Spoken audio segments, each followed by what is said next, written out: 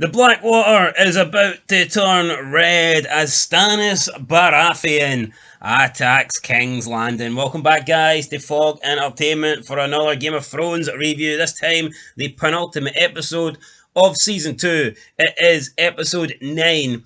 This one was called Blackwater, and a little fun fact, it was directed by Neil Marshall, who actually directed both Dog Soldiers, The Descent, and I think he had a couple of other films, Doomsday and a couple of other British films. So, yeah, Neil Marshall, he seems to know what he's doing. He's produced some good films, and he produced a really good episode here. He did. Blackwater delivered.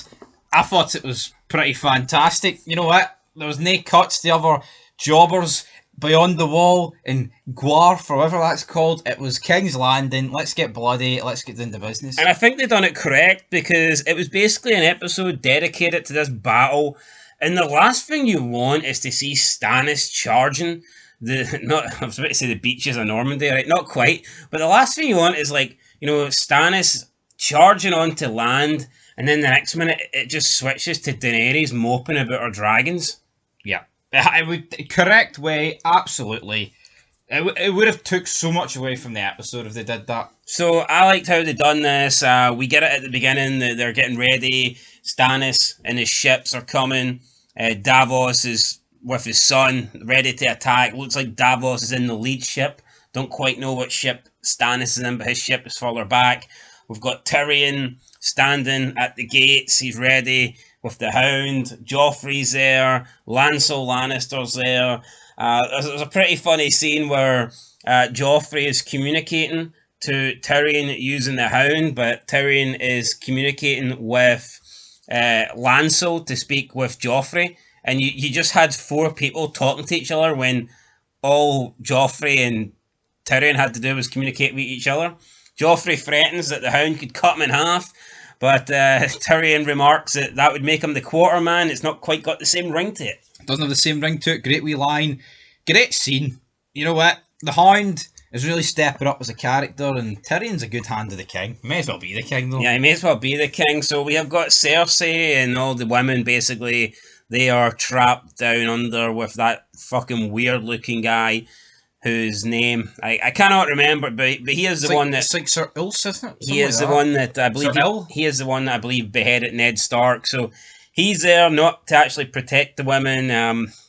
Sansa finds out he's actually there to kill them if Stannis Baratheon takes over, because Stannis Baratheon... I don't really buy that. I highly doubt Stannis is going to get into King's Landing and his first initial thing is going to be, I'm going to rape all the women. That doesn't really strike me as Stannis Baratheon. Like, this guy's talked about almost as honourable as Ned. So I don't... men might, right? But therefore he might not stand for it. But and they had that pirate guy that they pretty much promised Cersei to, so I guess there's that. I think it's one thing if he would maybe rape Cersei, like his crew, but I don't think he'd stand by and let, Sansa get raped, considering how close Robert and Ned were. And that he's kind of doing it. Ned put this in motion. Yeah, Ned said to Stannis, here, you are the rightful heir, so get your ass over to King's Landing. So we see Tyrion is saying, hold. Joffrey's panicking like a little bitch. They're getting closer, they're coming in. Davos sees, what the hell's happening here? There's only one ship. The Lannisters, they only have one ship. And one ship? The ship is passing by, and we actually see that the ship is basically, it's like glowing green. And Davos puts together, shit, it's the wildfire. The wildfire, buddy. And then Tyrion signals to Bronn, who, by the way, earlier looked like him and the Hound could come together. I guess Bronn wanted to have some fun before he potentially died. The Hound didn't really like him. It looks like they were about to maybe get into a bit of a battle, but that didn't happen. They went to fight with each other, and then Bronn, with his bow and arrow, fires it into the wildfire, and it just ignites, and it takes probably the first, I don't know how many ships, completely just blows them up. Now Davos tried to warn his son. Davos got blasted from his ship. I'm going to assume that he survived, though. Maybe his son wasn't as fortunate. It looks like he was closer to the wildfire blast. But we see a lot of Baratheon men here on flames and essentially dying. Their ships have just been crumbled. destroyed. They're going into the water. Did this scare Stannis? So he's like, fuck no, full speed ahead. Yeah, Stannis goes full speed ahead.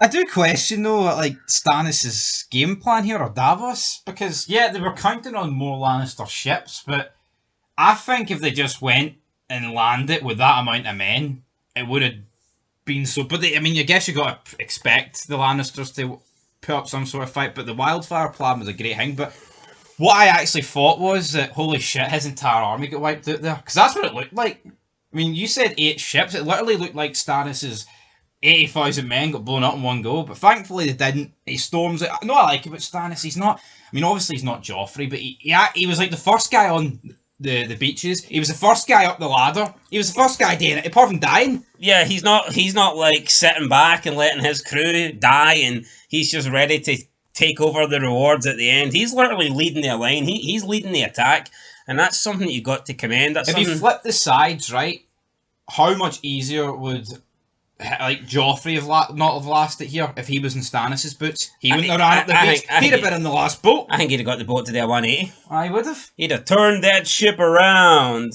So yeah, we get Stannis' men arriving. Tyrion orders the Hound to take his men, his Kingsguard, to go and meet Stannis on the battlefield, and they do so. We get quite a lot of bloody deaths here. The Hound does take quite a few guys down, to be honest, just cuts them in half pretty easily. But he starts seeing fire. He gets PTSD. And I think the fire, I don't think much scares the Hound, but obviously when you've been burnt like that before, then you're probably going to fear fire. So, I mean, he's seeing all his men die around him. Looks like the Baratheons are certainly winning here. I think they've got a lot more numbers at this point. And the Hound begins to retreat. And he did say before, though, any man who comes back without blood on their sword, I'll rape them. Yeah, which is fun. There's some really great quotes, isn't there? That's what he first said when he took his men out the gates to attack. So I mean, But you know what? He had plenty of blood on his sword, so he's not going to rape himself. That's for sure. He's not going. Definitely not. But I mean, Joffrey, he might have to, because he tells Joffrey to shove his fucking So he gets in up his arse. A bit demoralised. Tyrion's like, "Come on, Hound! You're the King's Guard. You have to get back out there and do this." And then the Hound says, "Fuck the King's Guard. Fuck the city, and fuck the King." And Joffrey's just standing there like he's a shite bag. We have Cersei calling Lancel back, saying, "Look, you need to get Joffrey out of there." Lancel then tries to get Joffrey to retreat, and Joffrey puts up zero fight. He's like, "Oh, my mother needs me. It must be urgent." So Joffrey then just takes off with Lancel. Tyrion says, "Look, if you won't fight for your men, how can you expect them to fight for you?" Which is a good point. And Joffrey just tucks his tail and runs. So, I mean, he gave it the big one. He said to Sansa how he was going to make Stannis taste the sword and shit like this. But, I mean, I think the only thing that fucking Joffrey's tasted is the cowardice, because he's took a full mouthful of it and he's just ran the opposite way. He's running back to safety, running within the gates of King's Landing. And then Tyrion gives a nice wee speech about how he's a half man, but he's willing to fight, so that makes him more of a man than all of you guys, and that kind of gets people. It rallies the troops. And he says, "Don't fight for riches because you won't be getting any." It's like Tyrion just not lying here, just basically telling them straight, like, fight for yourselves, fight for your city. You ain't gonna profit off this, so fuck it, do it for yourself. Don't do it for the king. Fuck the king. The Hound then goes, and he was in Sansa's room. He offers to take Sansa with him back to Winterfell. She thinks she's going to be safe here, but the Hound then tells her, "Look, Joffrey's a killer, Stannis is a killer, your father was a killer, your brother's a killer, we're all fucking killers." And is Joffrey a killer, though? He's orders killings. He hasn't actually killed anyone with his bare hands, has he? Yeah, and I don't really get it with the Hound. I mean, yeah, Ned Stark's a killer, but I mean, he never wanted to kill. I mean, he always felt regret.